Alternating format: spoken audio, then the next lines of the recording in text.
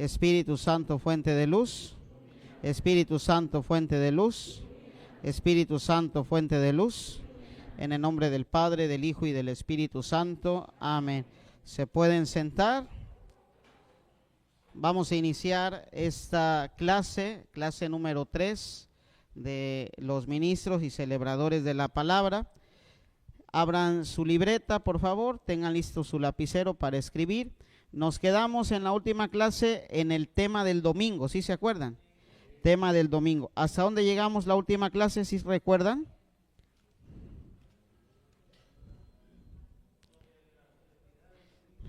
La solemnidad del domingo. También hablamos de los nombres dados al día domingo, ¿sí se acuerdan?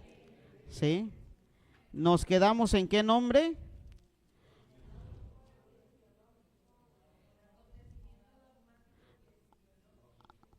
Hablamos de el octavo día después del día de la palabra de Dios. Nos quedamos, creo, en el octavo día, ¿no? El octavo día. Estamos en los nombres dados al día domingo. En eso nos quedamos en la clase pasada. Otro nombre dado al día domingo es el día de la palabra de Dios. ¿Sí? El día de la palabra de Dios. Día de la palabra de Dios.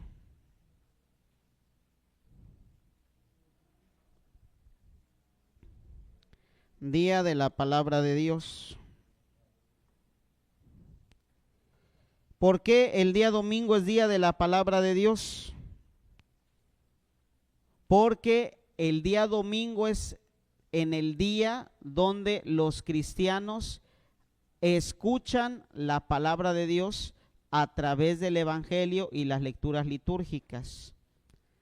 Es el día en donde los cristianos escuchan la palabra de Dios a través del evangelio y las lecturas litúrgicas.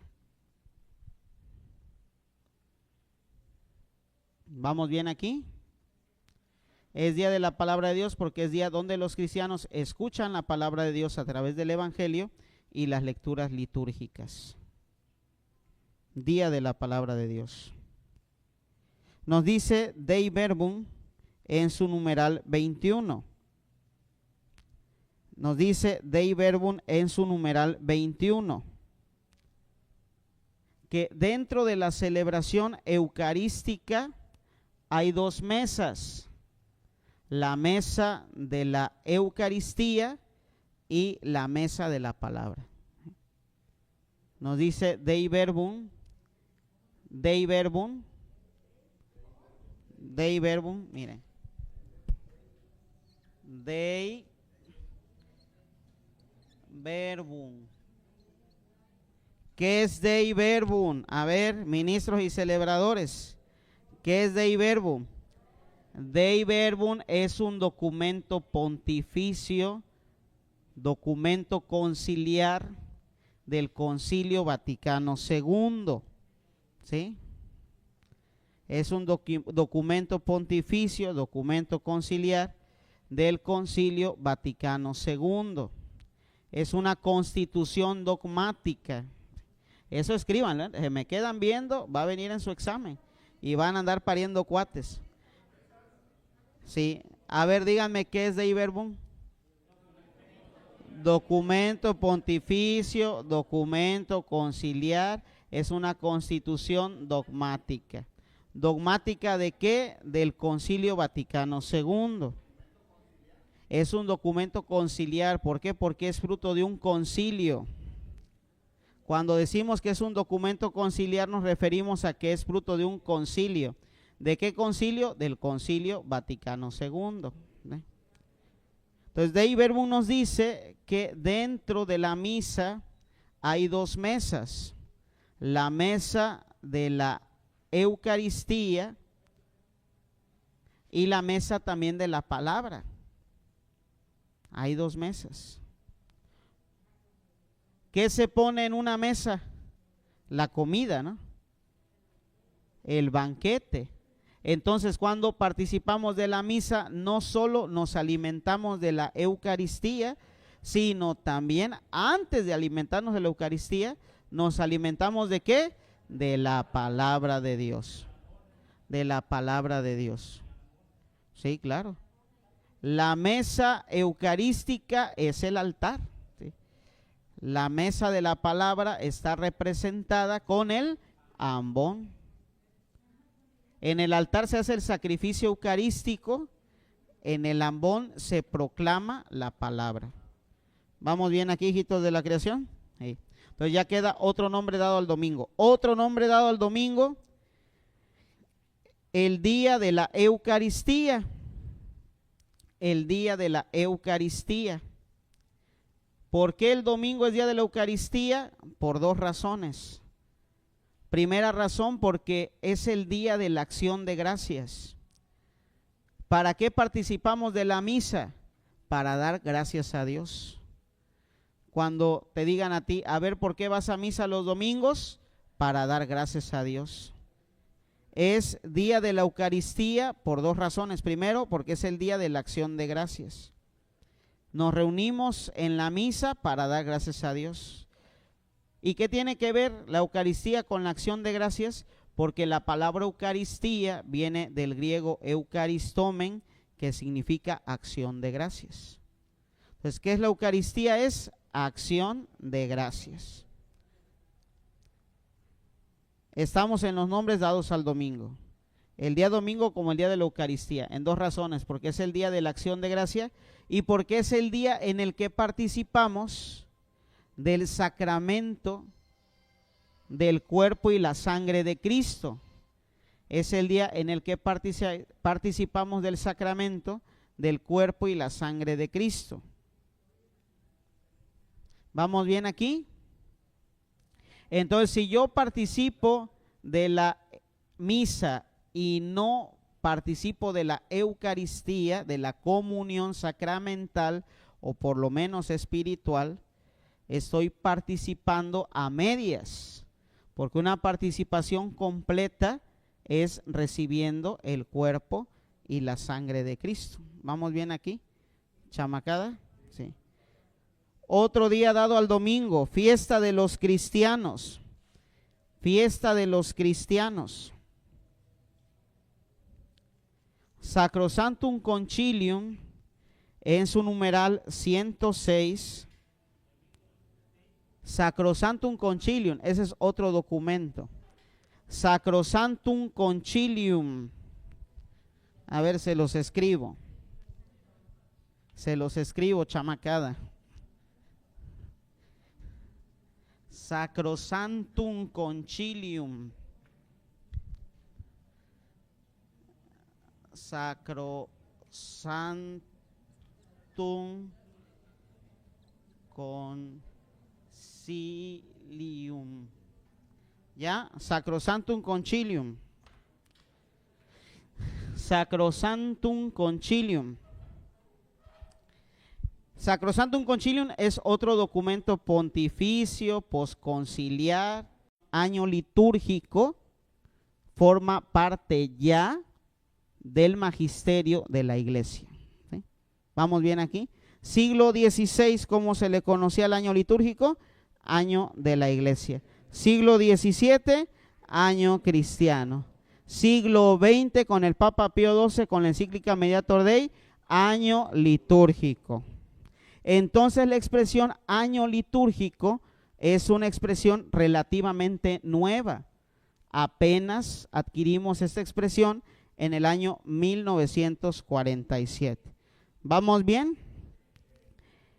El Papa Pío XII, en la encíclica Mediator Dei, nos dice que el año litúrgico es tres cosas. ¿Sí?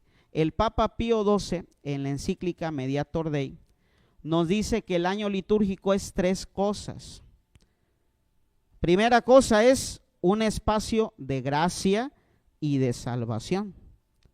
¿Qué es el año litúrgico según el Papa Pío XII? Es un año de gracia y de salvación. De gracia y de salvación. ¿Qué es el año litúrgico según el Papa Pío XII en la encíclica Mediator Dei? Año de gracia y de salvación. Segunda cosa, el año litúrgico es una continuación del año jubilar bíblico perpetuado por Jesús. Es una continuación del año jubilar bíblico perpetuado por Jesús. Del año jubilar bíblico perpetuado por Jesús. ¿Vamos bien? Ustedes saben y saben muy bien que en el Antiguo Testamento cada cuánto se celebraba un año jubilar. A ver, en el Antiguo Testamento cada cuánto se celebraba un año jubilar. En el Antiguo Testamento cada 50 años se celebraba un año jubilar. ¿Sí? Y cada vez que los israelitas celebraban un año jubilar, ese año era considerado para ellos un año de gracia. Y en ese año jubilar, los israelitas se disponían a perdonar. No solo perdonar las ofensas de los hermanos, sino incluso perdonar deudas. ¿Vamos bien aquí? A ver, les vuelvo a repetir porque muchos de ustedes andan. A ver, el año litúrgico es una continuación del año jubilar bíblico perpetuado por Jesús. En este punto hago un comentario. ¿Sí? Les decía que para los judíos se celebraba un año jubilar cada 50 años. Y cada vez que celebraban los judíos un año jubilar, ese año era un año de gracia para ellos, entendido como un año de perdón. Perdonaba no solo las ofensas, sino incluso las deudas. Y era cada 50 años para que por lo menos una vez en la vida las personas celebraran un año jubilar. Por lo menos una vez en la vida. ¿Vamos bien? Deudas y ofensas. ¿Sí? Esclavos, prisioneros, ¿sí? Era un año de gracia, de perdón. Perdonar ofensas, perdonar delitos, perdonar deudas, impuestos. Era un año de gracia. Entonces, cada 50 años para los judíos. Para nosotros los católicos tenemos años jubilares ordinarios cada 25 años. ¿Sí? Cada 25 años. De hecho, estamos entrando ya a un año jubilar. Si recuerdan que el último jubileo ordinario lo inauguró el Papa San Juan Pablo II en el año 2000. ¿Sí se acuerdan? Sí, se acuerdan. Ustedes estaban en su mero apogeo en ese tiempo. Año 2000, hace 25 años. ¿Sí?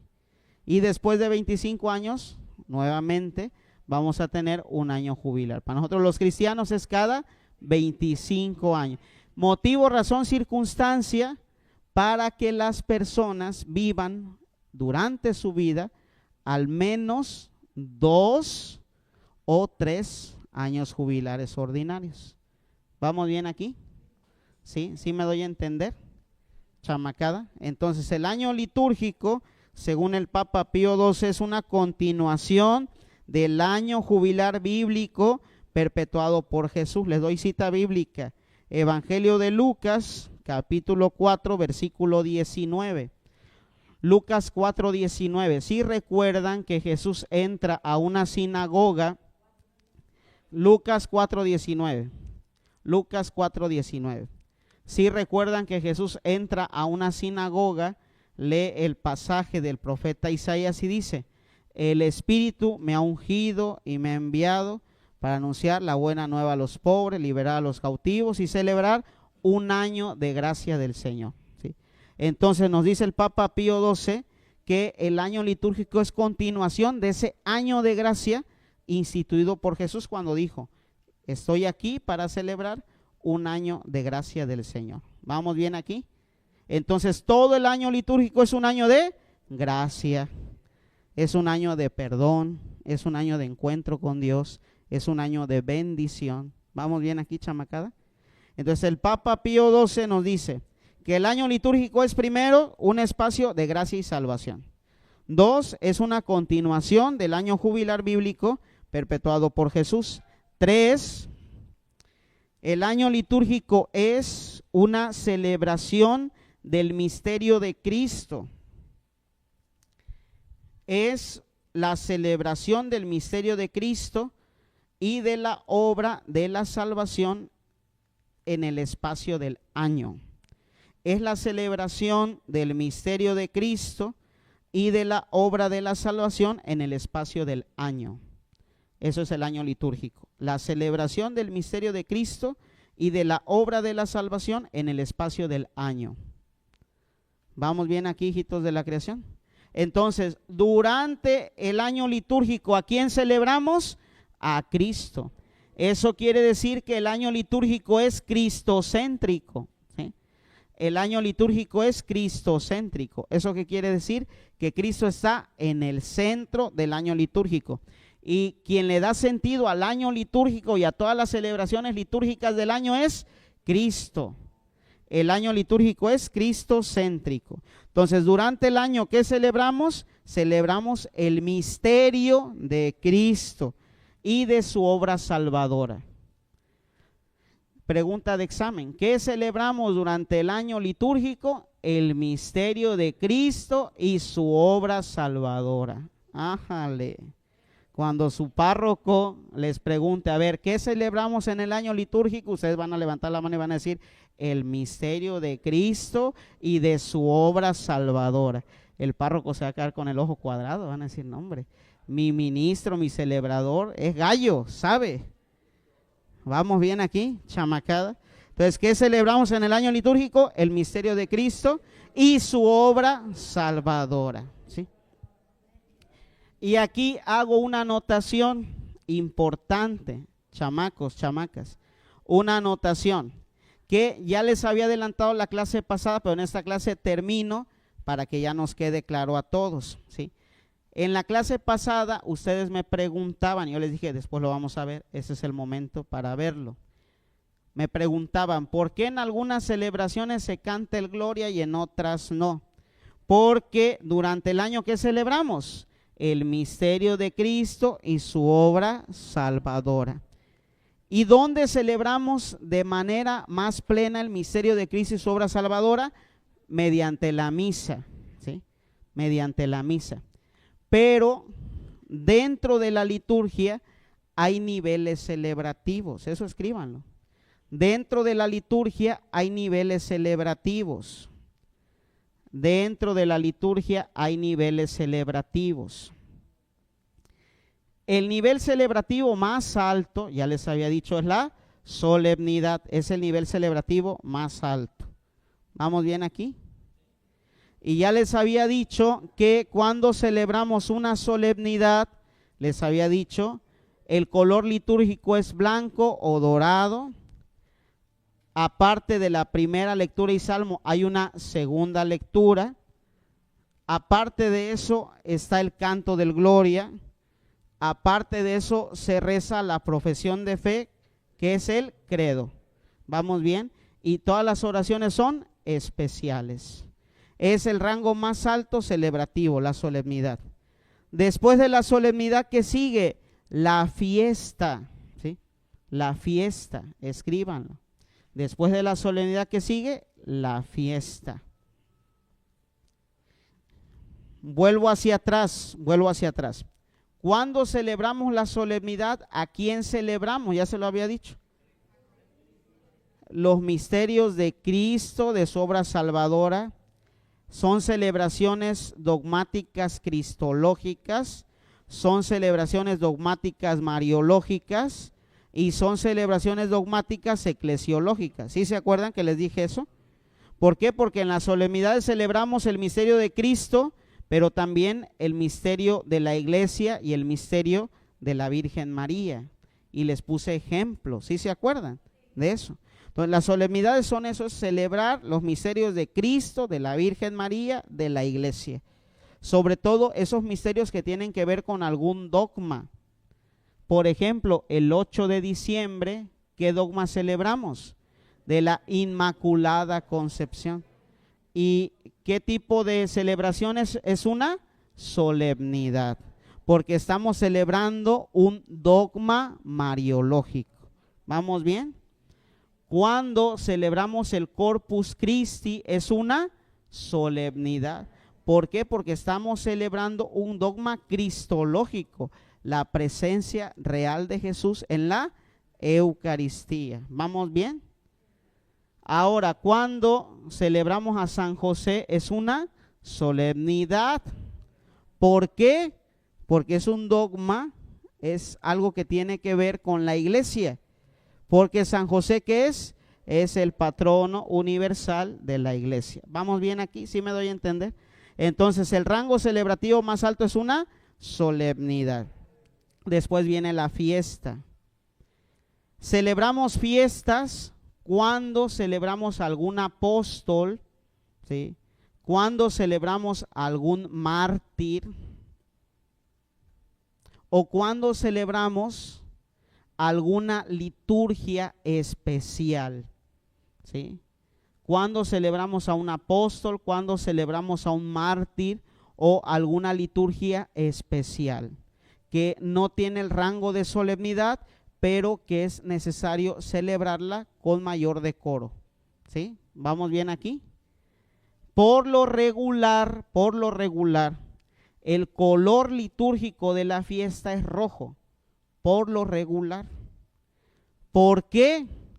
Porque la mayoría de las fiestas, aunque no todas, la mayoría de las fiestas tienen que ver con los apóstoles y con los mártires. Y ustedes recordarán que la mayoría de los apóstoles, excepto San Juan, fueron martirizados. Entonces, cuando celebramos a los apóstoles o a los mártires, utilizamos ¿qué color litúrgico? El rojo. El rojo, que significa ¿qué? Martirio. Y unción del Espíritu Santo también significa. Unción del Espíritu Santo, presencia del Espíritu Santo o martirio, ¿sí? Entonces, el color litúrgico en la fiesta por lo regular es rojo. En una fiesta no hay segunda lectura, solamente primera lectura y salmo. ¿Vamos bien? En una fiesta sí hay canto de gloria, sí lo hay, pero no hay profesión de fe. ¿Vamos bien aquí? No hay segunda lectura, sí hay canto de gloria, no hay profesión de fe. Pero sí se realizan las oraciones especiales para el santo, el apóstol, el mártir que se está celebrando. ¿Vamos bien aquí? Entonces, el grado más alto de celebración es la solemnidad. Después que sigue, la fiesta. Después que sigue, la memoria. ¿Sí?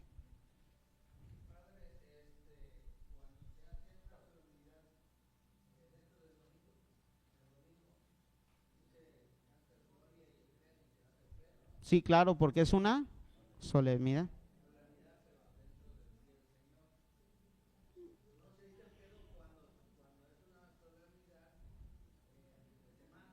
No siempre se dice el credo. Siempre. Si es solemnidad, siempre se dice el credo y siempre se canta el gloria. Siempre. A ver, no hay que salirnos del esquema que les estoy dando.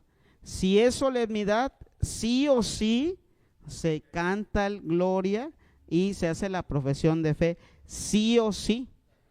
Sí o sí. O sea, aunque caiga lunes, martes, miércoles, jueves, viernes, es solemnidad, se celebra solemnemente. ¿Vamos bien aquí? Entonces no hay que salirnos del esquema, o sea, el esquema que les estoy dando les va a ayudar. A ver, es solemnidad, pero cayó en jueves. Pero el padre me dijo, se canta gloria, se hace la profesión de fe. ¿Sí? ¿Vamos bien aquí?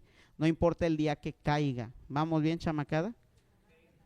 Sí, lo marca también el misal, claro está. Fiesta, memoria.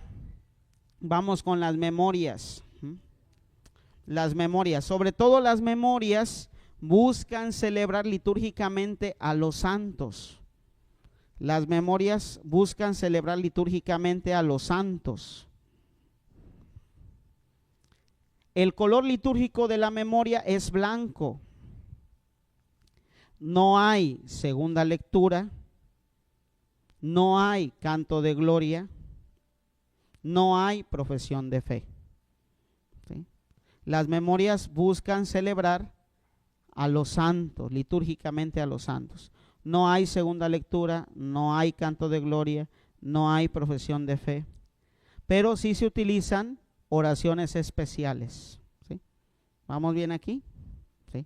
El color litúrgico es blanco, memoria. ¿Y a quiénes se celebran las memorias? A los santos. Solemnidades, fiestas, memorias, y falta otro rango, memoria libre, ¿sí? Memoria libre, memoria libre.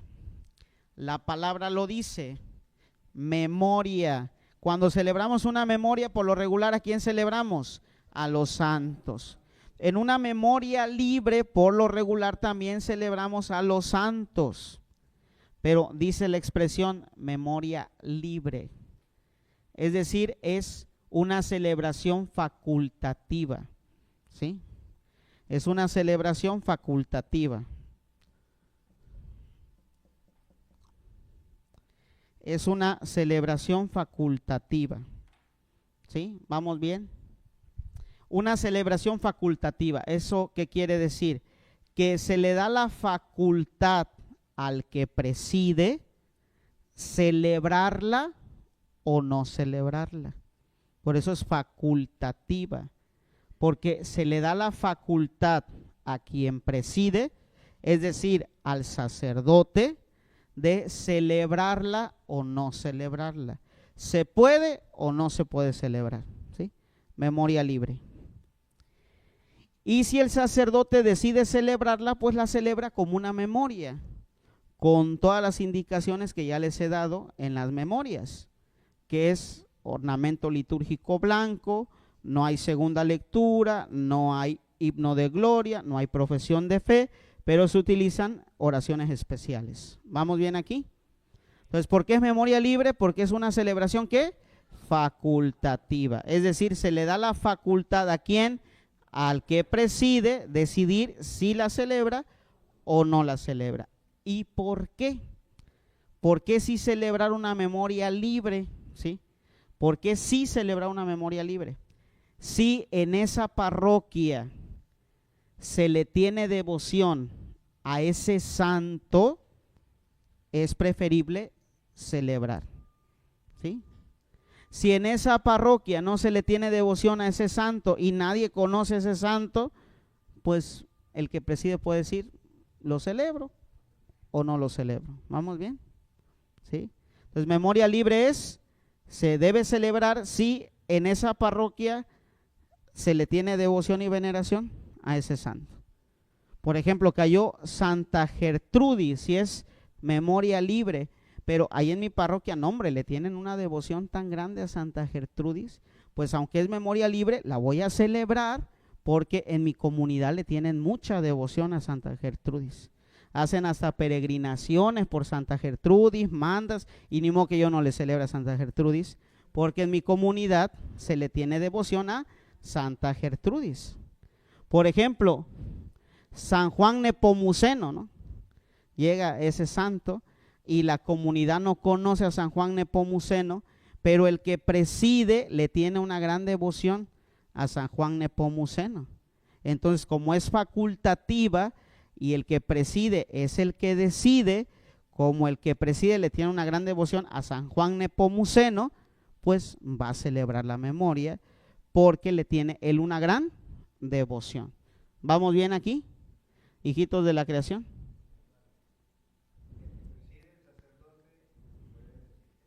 Uh-huh. Sí, claro.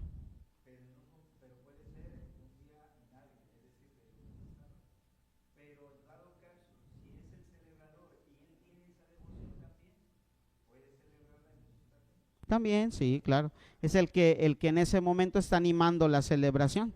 Sí, el celebrador de la palabra en esos momentos está animando la celebración. Y si el celebrador de la palabra le tiene devoción a San Juan Nepomuceno, bueno, adelante. Si la comunidad donde está celebrando el celebrador de la palabra, en esa comunidad le tienen mucha devoción a San Juan Nepomuceno, bueno, vamos a celebrar la memoria de San Juan Nepomuceno. ¿Vamos bien? Sí. Pero eso ya es una fiesta.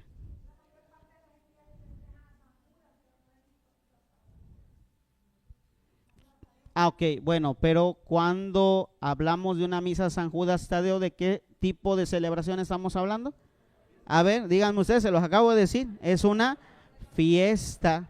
Entonces, cuando, a ver, silencio, cuando es una solemnidad, no es que si quiere o no quiere el que preside celebrar, la tiene que celebrar porque es una solemnidad. Cuando es una fiesta, no es que el que preside la puede o no la puede, o quiere o no quiere, no, la tiene que celebrar porque es una fiesta. Cuando es una memoria establecida, el que preside no es que si quiero o no quiero, la tiene que celebrar. Cuando una celebración es facultativa, cuando es memoria libre. Entonces, cuando es memoria libre, entonces sí, el que preside tiene la facultad de decir sí o no, siguiendo los criterios que ya antes mencioné. Entonces, de San Judas Tadeo no entra ahí porque cuando celebramos a San Judas Tadeo es una fiesta. Se tiene que celebrar. ¿Sí? Es una fiesta.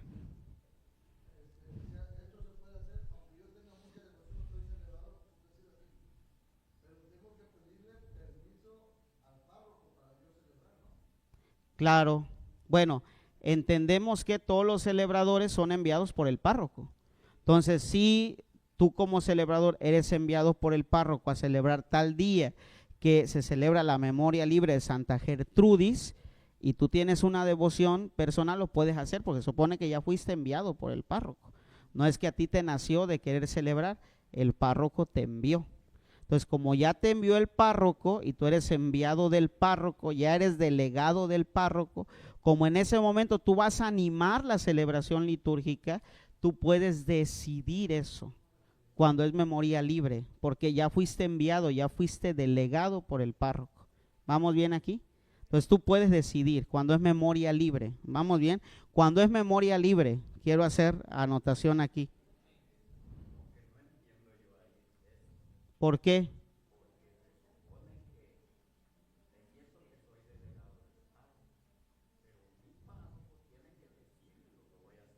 Sí, claro.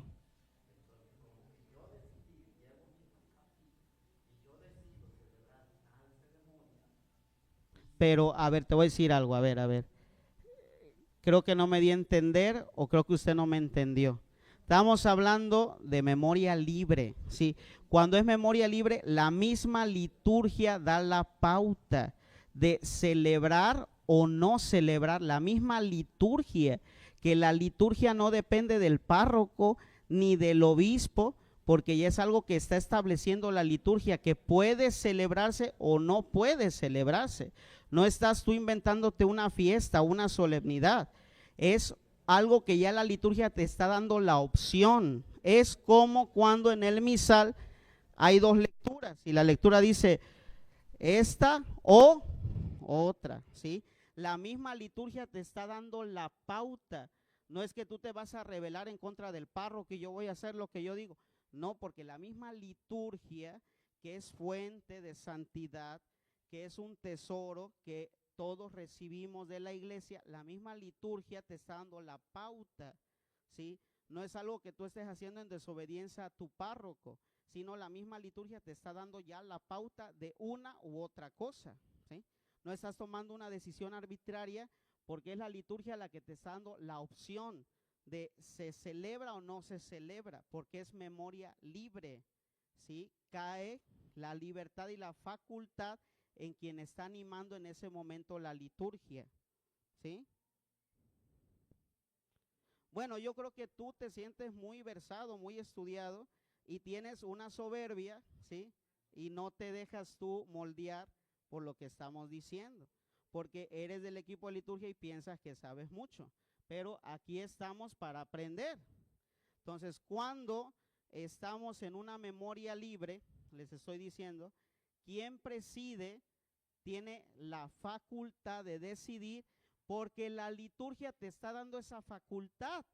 Es la liturgia la que te está dando opción A, opción B. Es la liturgia. No tú te estás agarrando esa facultad, no tú te estás atribuyendo esa facultad, sino la misma liturgia te lo está dando. O sea, estamos siendo en ese momento obedientes a la liturgia porque es la liturgia la que me está dando opción A, opción B.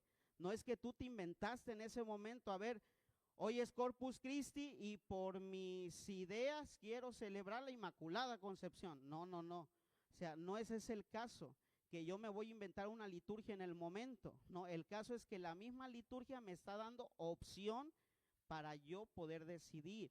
Ojo, opción A, opción B. No es que te vas a celebrar lo que tú quieras. La liturgia te está dando pauta. Por eso es memoria libre. Sí, entonces para que entendamos eso. Y también yo les pido eso, ¿eh? Que si venimos a la formación, hay que venir con apertura y no cerrado. Porque si cada quien va a venir con sus ideas, no hombre, pues aquí no vamos a sacar nada bueno. Entonces yo sé que ustedes son muy versados, muy inteligentes, muy estudiados, pero aquí estamos para aprender más. Y queremos entender eso, o sea, que todos tengamos la disposición de aprender. ¿Vamos bien? ¿Sí? Entonces yo les estoy explicando, como su maestro que soy, que la memoria libre es precisa, por eso se llama memoria libre, porque la misma liturgia da opción A, opción B, y le da la facultad al que está presidiendo o al que está animando la celebración para decidir. Yo no estoy diciendo que tú como celebrador, donde quiera que vayas, vas a celebrar la liturgia que a ti se te dé la gana. No, estamos hablando en el caso de la memoria libre y nada más. No estamos hablando de otra celebración, no estamos hablando de fiestas, no estamos hablando de solemnidades, no estamos hablando de misas ordinarias, estamos hablando de memoria libre. Solo en ese caso se le da la facultad al que preside, solo en ese caso, ¿sí? ¿Vamos bien aquí?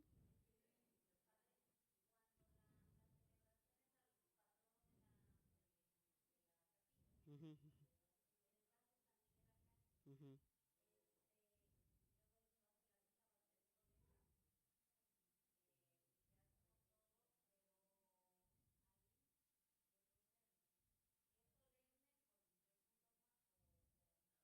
Pero sí recuerdan qué es esa celebración.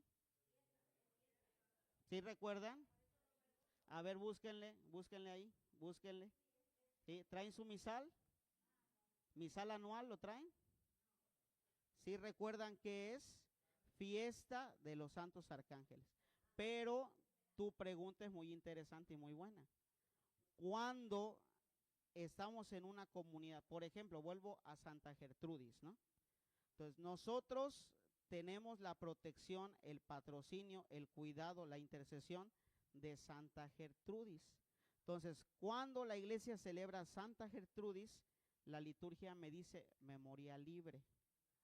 Pero como es la santa de mi comunidad y estamos bajo el patrocinio de esa santa, para mi comunidad, ojo, para mi comunidad es un día solemne. Para mi comunidad, porque estamos bajo su patrocinio. ¿Vamos bien aquí? Es lo que pasa, por ejemplo, con San Felipe de Jesús. Para la Arquidiócesis de México, ¿qué es? Es una solemnidad. Si nos vamos a Perú, si nos vamos a Chile, pues no es una solemnidad. ¿Por qué es para la Arquidiócesis de México? Porque es ahí San Felipe de Jesús, un santo muy importante, ¿sí? ¿Vamos bien aquí? ¿Sí? Entonces, cuando estamos bajo el patrocinio como parroquia de algún santo, aunque la liturgia marque memoria libre, memoria o fiesta, si es el santo donde estoy como parroquia y estoy bajo su patrocinio, entonces para mí es una solemnidad. ¿Vamos bien aquí? Hijitos de la creación, por ejemplo, ¿no? Nosotros celebramos en Tambuco a San Judas Tadeo. Entonces, el 28 de octubre para la iglesia es una fiesta porque estamos celebrando a un apóstol. Para nosotros como comunidad, como estamos bajo su patrocinio, para nosotros es un día solemne. ¿Vamos bien? Hijitos de la creación, ¿vamos bien? ¿Sí? ¿Sí? ¿Alguna otra pregunta por aquí? Sí, claro, porque es solemne, es una solemnidad. ¿Alguien más? No, no, estamos dando un ejemplo. Es un ejemplo. Es un ejemplo que me decían aquí que si hay una celebración que no es solemnidad, pero en mi parroquia estamos bajo el patrocinio de ese santo, entonces para mi parroquia es una solemnidad. Sí, para mi parroquia, ojo, no estoy hablando que estamos modificando la liturgia de la iglesia, es para mi parroquia porque yo estoy bajo el patrocinio de ese santo, ¿sí? Cuando hablamos de parroquia, no estamos hablando solo del templo parroquial. Cuando hablamos de parroquia, hablamos de todo el territorio que conforma la jurisdicción parroquial. Sí, hay que quitarnos, y qué bueno que lo expresas, hay que quitarnos de la mente que parroquia es el templo. No, ese es el templo parroquial, pero la parroquia es todo el territorio jurisdiccional que contiene la comunidad parroquial. Entonces, hablamos de no solo el templo parroquial, sino de las capillas. Y no solo de las capillas, sino de todo el territorio que abarca la parroquia. Entonces, como una vez me hablaron y me dijeron, padre, ¿dónde anda? En la parroquia, ¿sí? Oiga, pero estamos aquí en el templo y no lo vemos. Ah, estoy en la parroquia, no estoy en el templo, estoy en la parroquia. Andaba en una bendición acá antes de llegar a Manzanillo, todavía es parte de la parroquia porque es parte de la jurisdicción parroquial. ¿Sí me doy a entender aquí? ¿Sí? Ok. Bueno, tenemos un breve descanso de 5 minutos y regresamos. ¿Sí? 5 minutitos.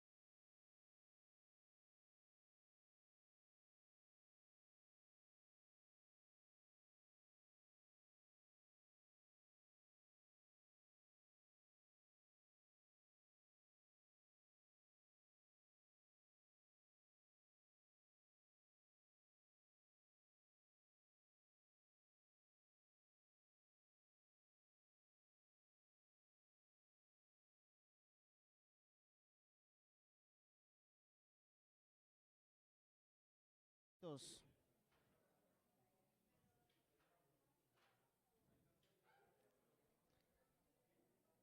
estamos en el tema del año litúrgico, ¿sí? Estamos en el tema del año litúrgico. Los que nos están viendo, miren, les paso un tip, los que nos están viendo en línea. Estamos en vivo y a veces el internet falla. Cuando el internet falla, no es culpa mía, no es culpa, pues bueno, el internet falla. Yo imagino que a ustedes les ha fallado también el internet en sus casas. Eso es algo que no podemos siempre evitar. Bueno, lastimosamente. Si llega a suceder que el internet falle, se va a cortar la transmisión y se va a volver a transmitir, ¿sí? Entonces, si ustedes ven que la transmisión se corta, busquen, inmediatamente se va a retransmitir. O sea, se corta una transmisión y se retransmite en otra nueva, ¿sí?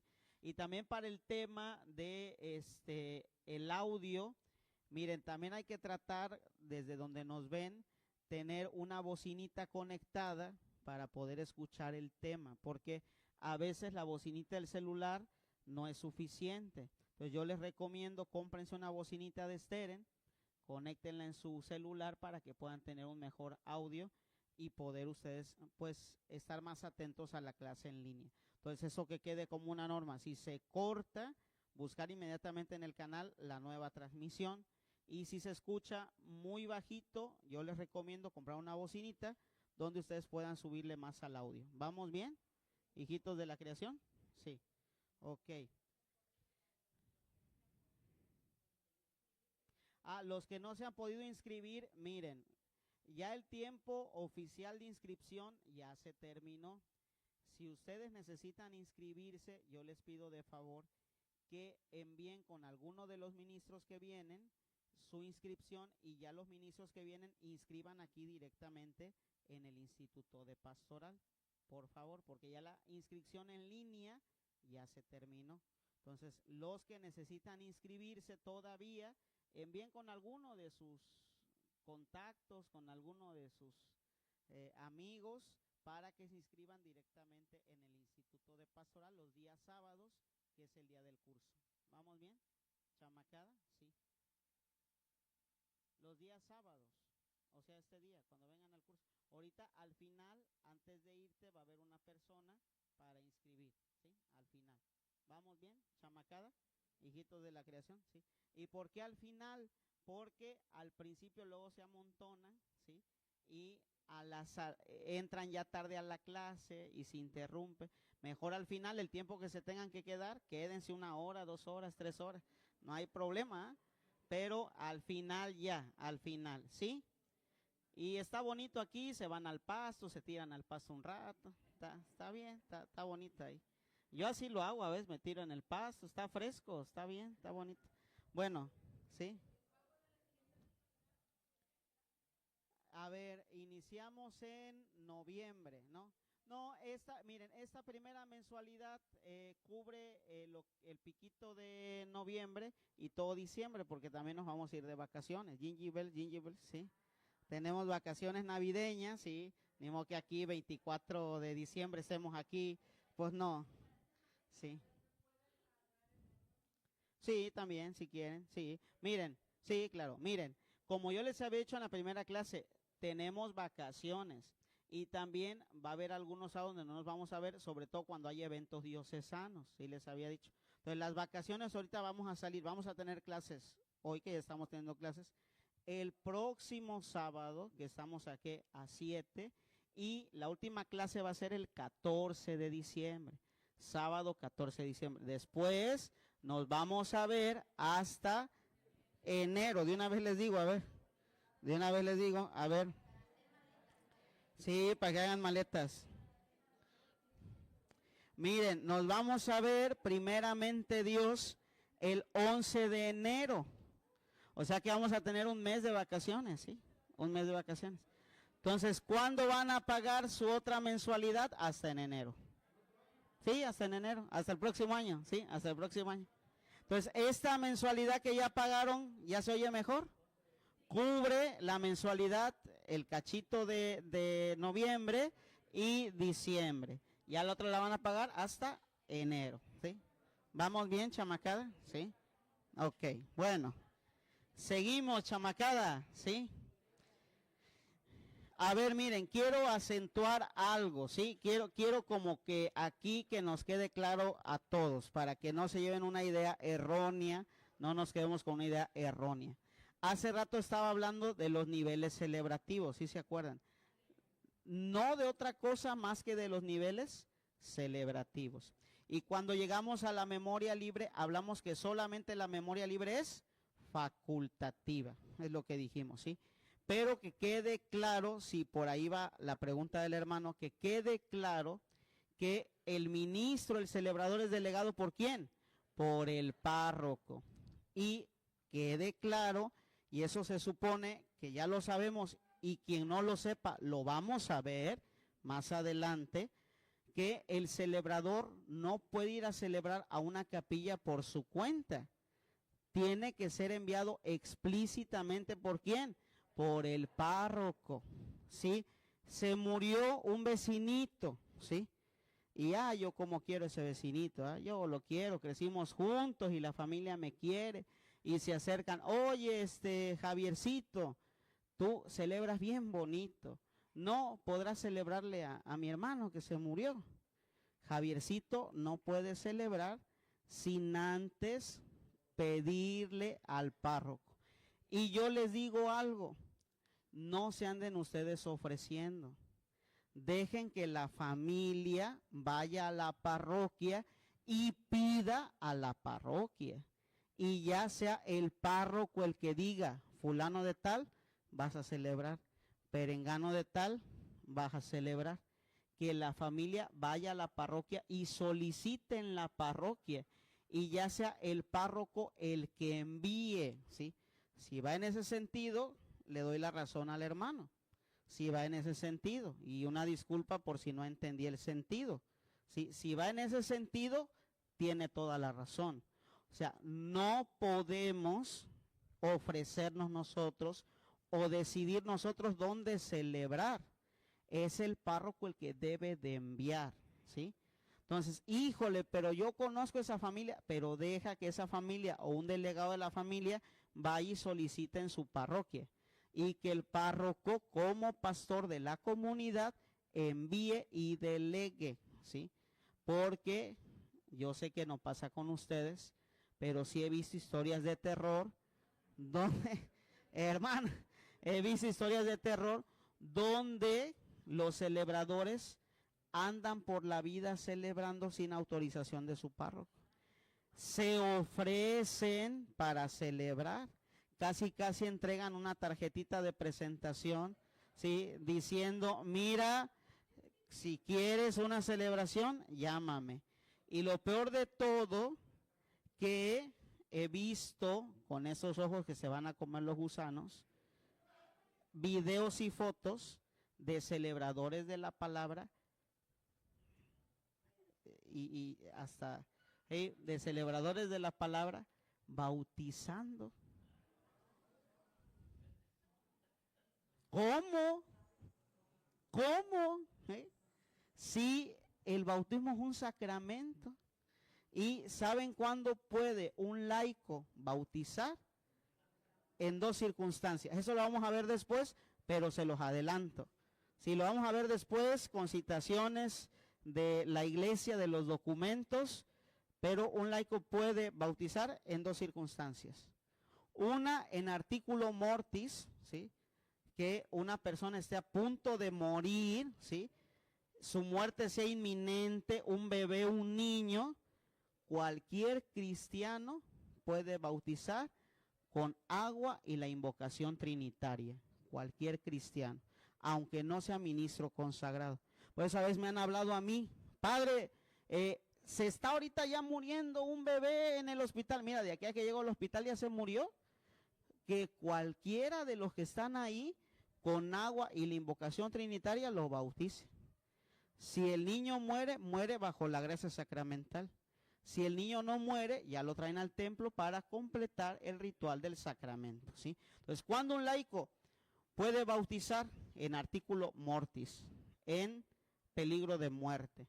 Cuando un laico puede bautizar en tierra de misión, ¿sí? En tierra de misión, delegado explícitamente por el ordinario del lugar, que es el obispo, con plena autorización de la conferencia episcopado de ese lugar, ¿sí? En tierra de misión, delegado por el obispo con plena autorización de la conferencia episcopado de ese lugar.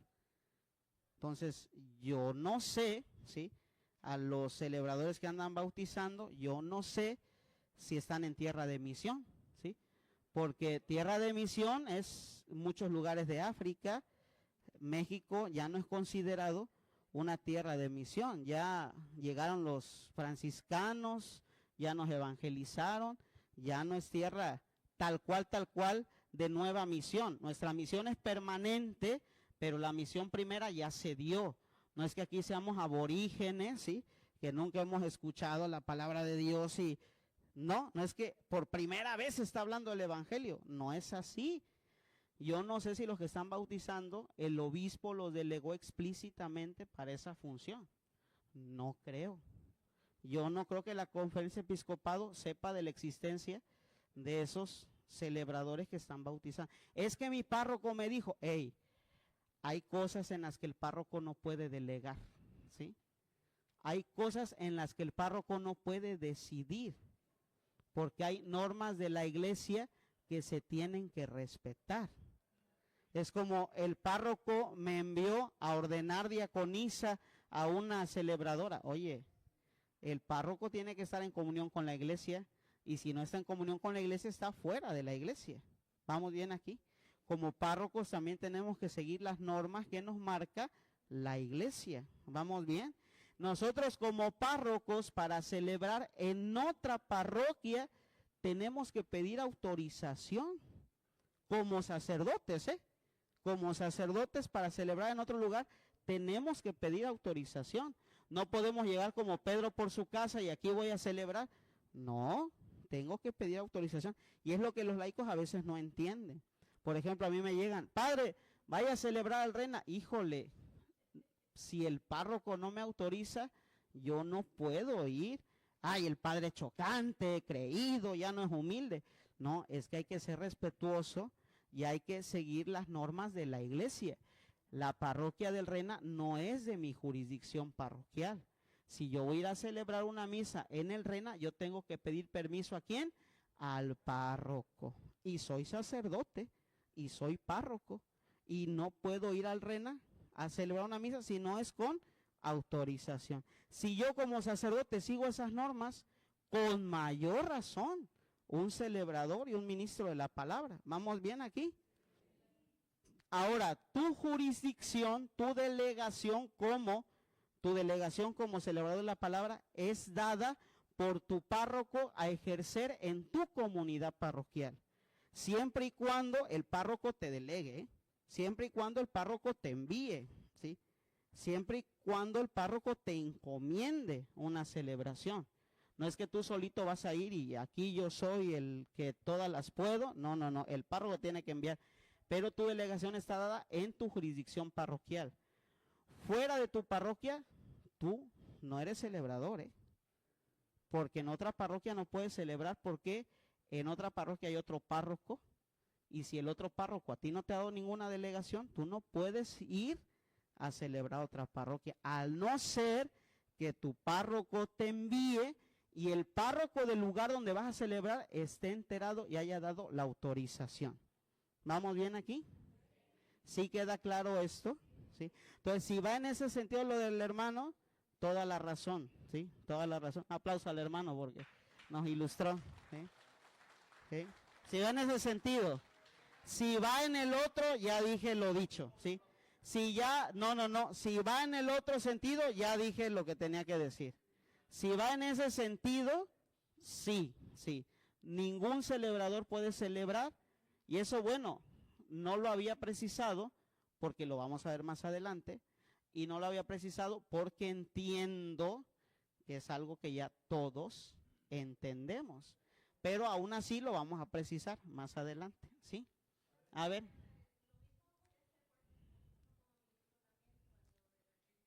Igual. Uh-huh.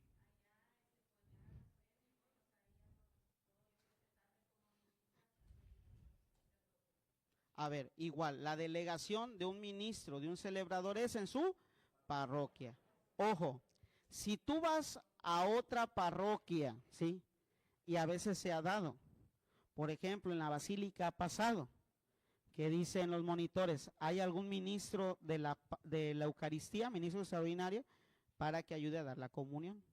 Ha pasado. Entonces ya el ministro se presenta con su credencial, ¿sí? Que eso lo vamos a ver también más adelante, lo que tiene que portar un ministro con su credencial, lo ven allá en la basílica y le dan autorización. Delegan en ese momento. Ya después lo vamos a ver que hay delegaciones, hay instituciones y hay delegación de facto, ¿sí? ¿Qué es la delegación de facto? Es en el mismo acto, ¿sí? Es la delegación de facto. Hay instituciones, hay delegaciones y delegaciones de facto.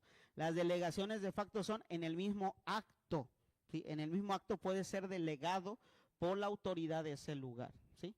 ¿Quién es la autoridad de ese lugar? El que está presidiendo o el párroco o el rector. ¿Vamos bien aquí? ¿Sí? Entonces, si tú vas a tu pueblo y el párroco de ese lugar te conoce y te dice, oye, necesito un ministro, ayúdame. En ese momento, al decirte ayúdame, el párroco, con la autoridad que tiene de párroco, te está dando una delegación de facto.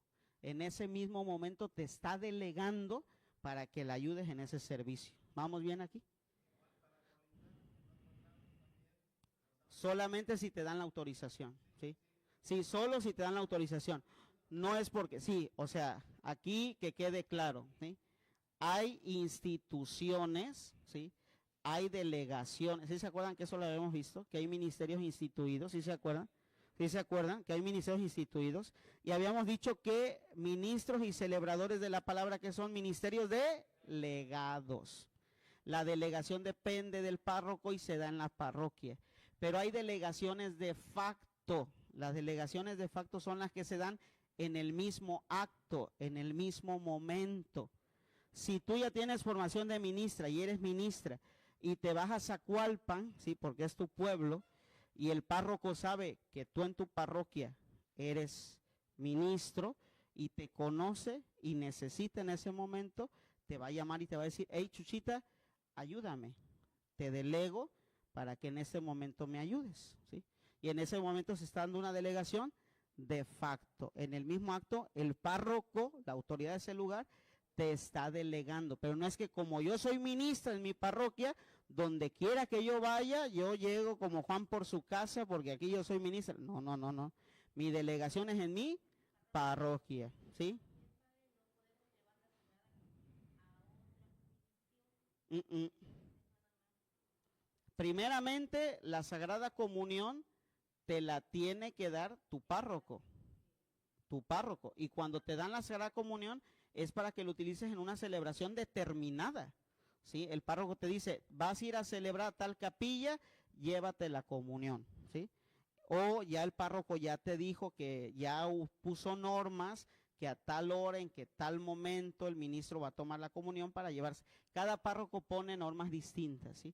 No podemos aquí dar una norma uniforme, cada párroco pone normas distintas, pero la comunión tiene que ser llevada exclusivamente a los enfermos que voy a visitar y nada más, o llevada a la celebración que voy a celebrar que el párroco me envió y nada más, ¿sí?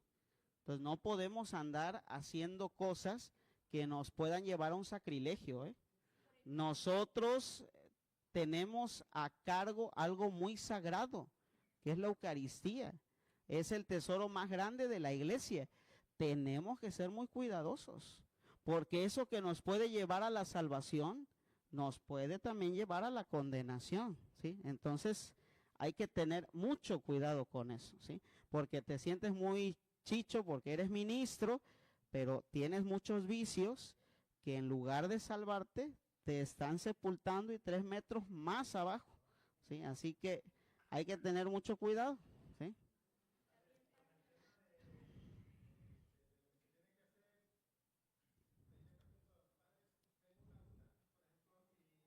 Es que miren, yo les digo algo, más que pedirle permiso al párroco, el párroco los tiene que delegar, ¿sí?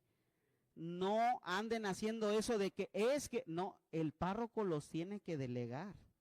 Es el párroco, el ministro ordinario del lugar, ¿sí? Es el ministro que celebra ordinariamente, ¿sí? Es el párroco que los tiene que delegar a ustedes, no ustedes pedir permiso. Ustedes son los delegados, ¿sí? No es que padre me da permiso de celebrarle a doña Chonita porque doña Chonita me buscó. La gente no te tiene por qué buscar a ti. La gente tiene que ir a la oficina a pedir su servicio o pedirlo explícitamente al párroco, y el párroco, si no puede atender en ese momento la petición de la gente, te va a enviar a ti. Pero es el párroco el que te va a enviar a ti, te va a pedir a ti. No es que tú le vas a pedir al párroco permiso. ¿Vamos bien aquí? Hay que quitarnos muchos vicios, porque si no nos quitamos esos vicios, de los celebradores salen después los falsos sacerdotes, ¿sí? Ha habido muchos casos que de los celebradores salen después los falsos sacerdotes. Esos falsos sacerdotes que vemos en las comunidades, ¿de dónde salieron? De los celebradores de la palabra. Celebradores que pedían permiso al párroco, celebradores que a ellos les agendaban, celebradores que casi se ofrecían para celebrar, celebradores que entregaban tarjetas, celebradores que nunca fueron obedientes a su párroco, celebradores que andaban del team marín, de doping, de aquí para allá, de allá para acá, de allá para acá, como agujas sin hilo, iban a un lugar, a otro lugar, como chivos sin correa, ¿sí? Y de esos celebradores, ¿sí? ¿Usted de dónde es? ¿De qué parroquia es? Pie de la Cuesta. Uh-huh. Uh-huh. Uh-huh.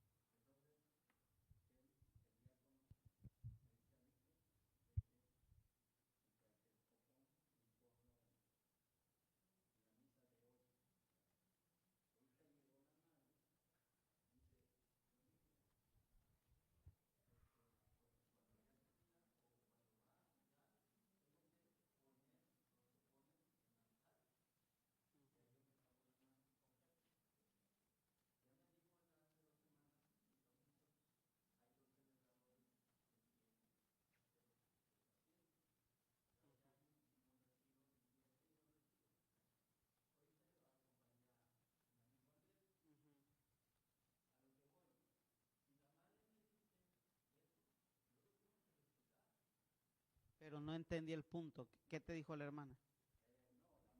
Sí, sí, ¿qué te dijo? ¿Qué te dijo?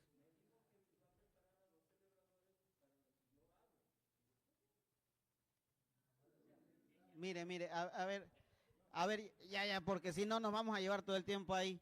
Miren, aquí también entender algo. La autoridad en la parroquia es el párroco, es el párroco. De hecho, el párroco es el representante del obispo en la parroquia. ¿Quién es el representante del obispo en la parroquia? El párroco. Entonces, en la parroquia quien tiene autoridad es el párroco. Pero así pasa también que le hacen caso a la catequista, que le hacen caso a la secretaria, le hacen caso a todos, menos al párroco. Entonces, sí, le hacen más caso lo que dijo, es que dijo don señor, y que así don señor haya dicho lo que sea, la autoridad aquí es el párroco. Entonces, ¿de quién voy a seguir las indicaciones y las normas en la parroquia? Del párroco. Pero don fulano dijo que, pues que diga misa, ¿sí? A ver, yo no estoy diciendo que entren en conflicto, ¿eh? Sí, porque luego agarran lo contrario. No. Yo no digo que el Señor se desgreñe con la religiosa, no. Siempre hay que ser corteses, educados, siempre. ¿Qué decir?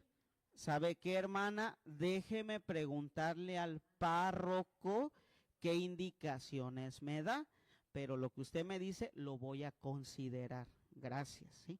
Y ya la hermana se queda contenta, aunque no le hagas caso, ¿sí? Se queda contenta, ¿sí?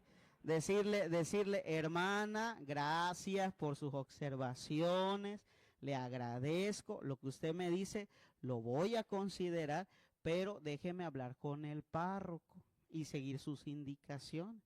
Y ya, y la hermana bien contenta, bien feliz, pero tú vas a seguir las indicaciones de tu párroco, ¿sí? ¿Vamos bien? ¿Sí?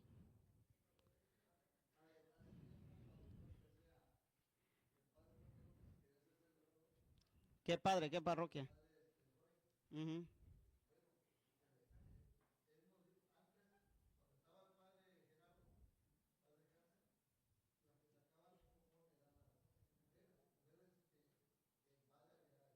Delegado.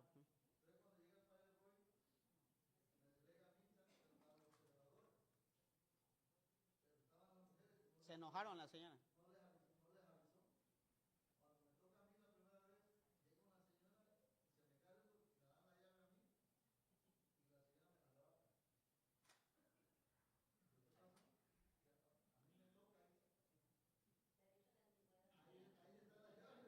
Lo que callamos los celebradores. ¿Eh?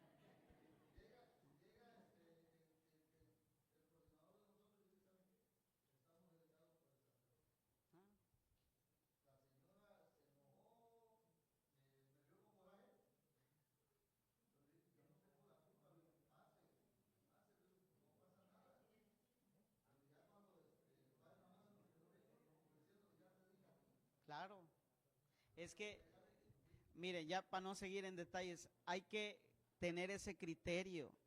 Es el párroco, la autoridad de la parroquia y nada más. Miren, el párroco tiene siempre gente de su más confianza. Y eso es normal y es natural. ¿Por qué? Porque es la gente que más le ayuda, es la gente que más está ahí, la gente más disponible, la gente que le ayuda a resolver problemas. Eso es como en todo, ¿eh? En todos los lugares hay gente de más confianza, siempre.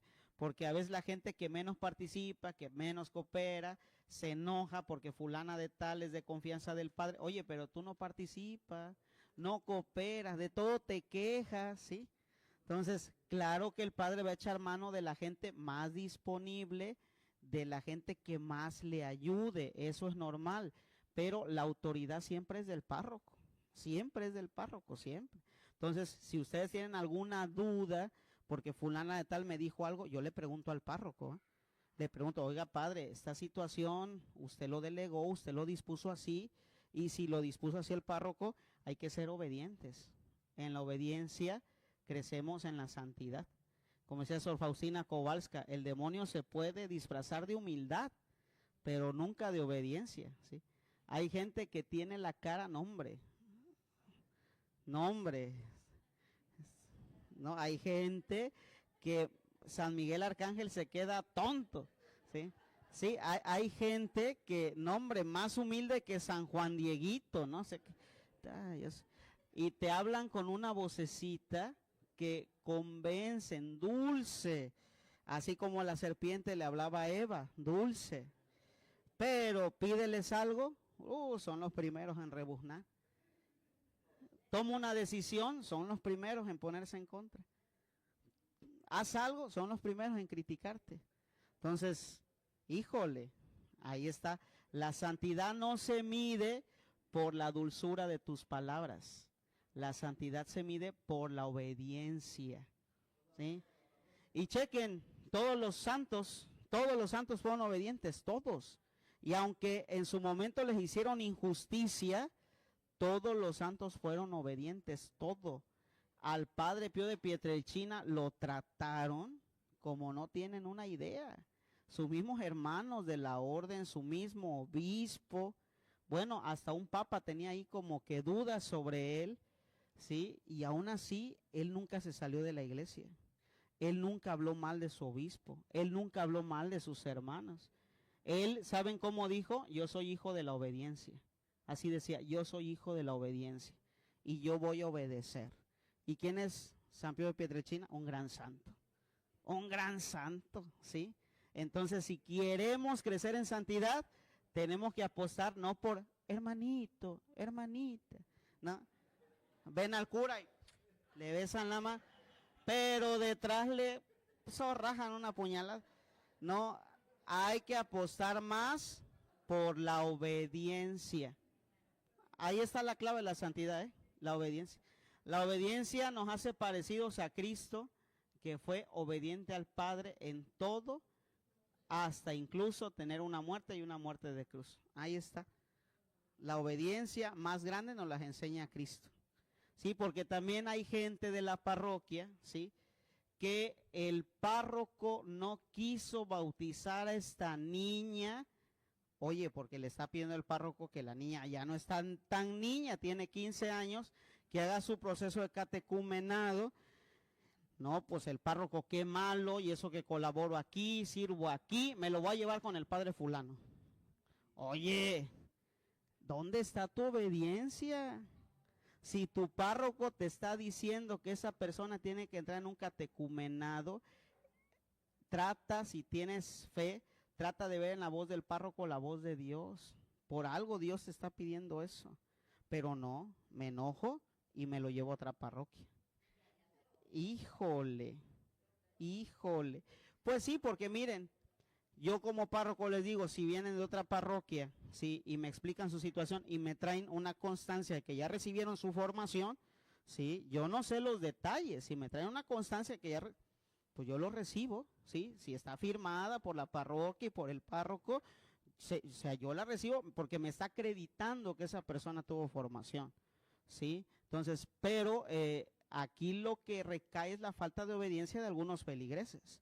Si en mi parroquia no hacen las cosas como yo quiero y como yo digo, pues me voy con otro párroco. Entonces hay que ir trabajando todo eso, el tema de la obediencia. Sí, claro. Sí, por eso les pedí su carta de recomendación. ¿Quién la trajo ya su carta de recomendación? A ver, sí. Carta de recomendación, sí, ustedes son de aquí, sí. Sí, los que faltan los tienen que traer. ¿Por qué? Porque es la carta de recomendación, no es chocantada del padre Marco Antonio. ¿Por qué? Para certificar que ustedes están siendo enviados ¿por quién? Por su párroco, ¿sí? Uh-huh.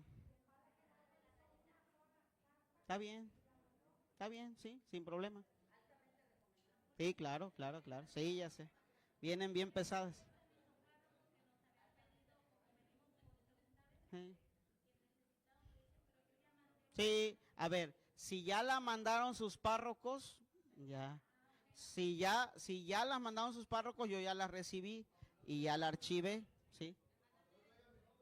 Ah, no, pues sí, tiene que tener tu nombre, sí. Porque si no vas a ser hijo desconocido, ¿sí? Sí. A ver, seguimos, chamacos, seguimos, que ya vamos a terminar. Seguimos. A ver. Antecedentes del año litúrgico. Antecedentes del año litúrgico. Ya habíamos dicho que es hasta el siglo XVI que se comienza a conformar lo que entendemos actualmente como año litúrgico. O sea, hasta el siglo XVI se comienza a conformar eso que nosotros actualmente entendemos como año litúrgico, ¿sí? Así como lo conocemos nosotros, en el siglo XVI se comienza a conformar tal cual lo entendemos nosotros. Y ya fue desarrollándose después con los siglos. Pero hay unos antecedentes, es decir, tiempos más remotos donde ya se vislumbraba algo que después se iba a conformar en lo que conocemos como año litúrgico. ¿Sí me doy a entender? Es como, por ejemplo, los antecedentes de la Eucaristía. En el Antiguo Testamento, un antecedente de la Eucaristía, el maná, el sacrificio de Abraham a su hijo Isaac, ¿sí? ¿Qué más? La Pascua, la cena pascual. Son antecedentes de la Eucaristía que anteceden al hecho de la Eucaristía. ¿Vamos bien aquí? Entonces, cuando hablo de antecedentes del año litúrgico, estoy hablando de fechas anteriores al siglo XVI, donde ya se estaba dando una especie de lo que conocemos actualmente como año litúrgico. ¿Sí me doy a entender aquí? Sí. Vamos, primera fecha, siglo IV. Siglo IV. Siglo IV. En el siglo IV, durante el año, la iglesia celebraba el domingo y la Pascua. En el siglo IV, la iglesia celebraba el domingo y la Pascua. Lo que le daba sentido y ritmo litúrgico al año en el siglo IV eran los domingos y la celebración de la Pascua. Entonces, todo el año estaba animado por la celebración de los domingos y la celebración de la Pascua, ¿sí? Siglo VIII y IX. Siglo VIII y IX. Siglo VIII y IX. En el siglo VIII y IX se comienza a introducir el tiempo del Adviento como comienzo del año litúrgico. Siglo VIII y IX se introduce el Adviento como comienzo del año litúrgico. O sea, ya en el siglo VIII y IX comienza el tiempo del Adviento como inicio del año litúrgico. Entonces ya en el siglo VIII y IX no solo se celebra el domingo y la Pascua, sino también el Adviento como comienzo, como principio del año litúrgico, ¿sí? A partir del siglo X, ¿sí?, comienza a tener fuerza la celebración de la Navidad. La celebración en el siglo X, siglo X, comienza a tener fuerza la celebración de la Navidad y el Adviento se convierte no solo en inicio del año litúrgico, sino en tiempo de preparación para la Navidad. Habíamos dicho que ya se celebraba desde el siglo IV durante el año el domingo y la Pascua. A partir del siglo X también se ve la importancia de que la Pascua, al ser la madre de todas las solemnidades y la columna vertebral de todo el año, se ve la necesidad de que para la Pascua se tenga un tiempo de preparación, ¿sí? Y el tiempo de preparación para la Pascua a partir del siglo X se conforma en lo que después vamos a conocer como la Cuaresma, ¿sí? ¿Vamos bien aquí? En el mismo siglo X. En el mismo siglo X comienza a tener fuerza la celebración de la Navidad, ¿sí? Y el Adviento se convierte, decíamos, no solo en inicio del año litúrgico, sino en preparación para la ¿qué? Para la Navidad, ¿sí? Y también en el siglo X se reflexiona en la importancia de la Pascua, porque es la columna vertebral de todo el año litúrgico. Se comienza a reflexionar sobre la importancia de la Pascua y la necesidad de crear un tiempo que nos prepare para la Pascua, ¿sí? Y es como surge lo que actualmente conocemos como Cuaresma, que es un tiempo de preparación, ¿para qué?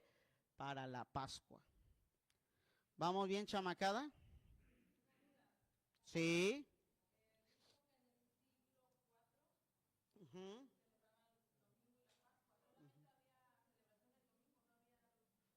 Sí, en el siglo cuarto era la celebración dominical donde se reunían los cristianos para la fracción del pan y la Pascua. Era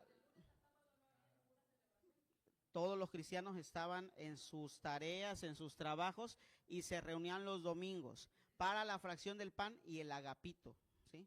Sí recuerdan eso, ¿no?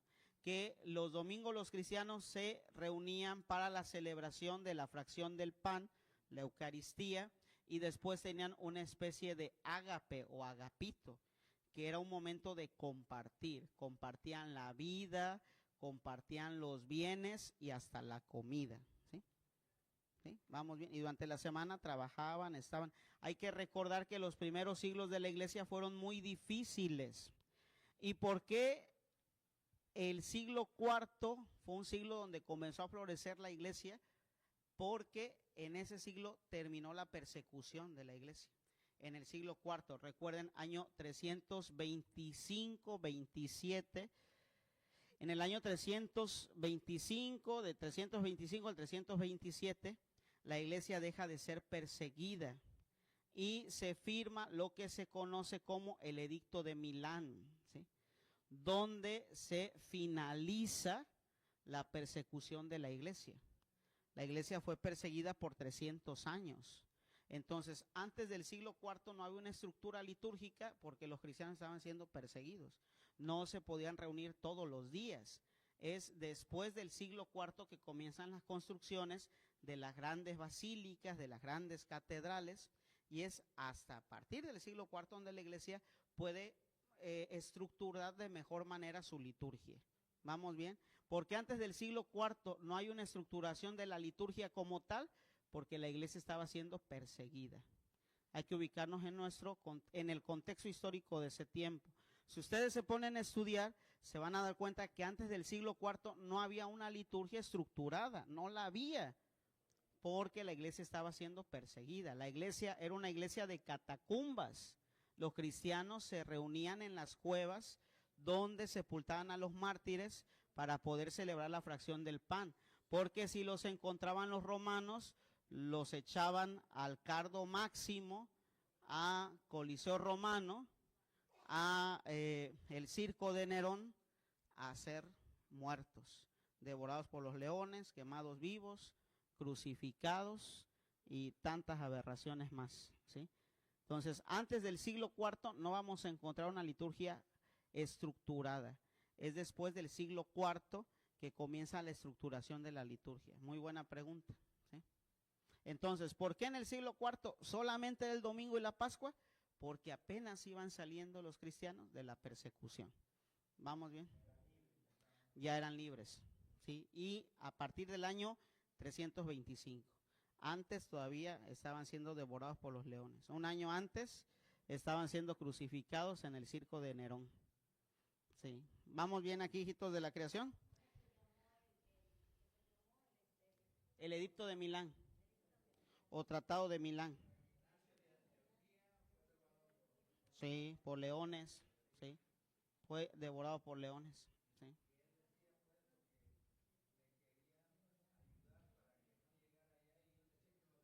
Sí. Miren que ya para finalizar esto, como salió el tema de la persecución, es un gran testimonio el que nos dan los primeros cristianos, ¿eh? Gran testimonio. Por ejemplo, San Ignacio de Antioquía decía, quiero ser trigo devorado por la fauce de los leones.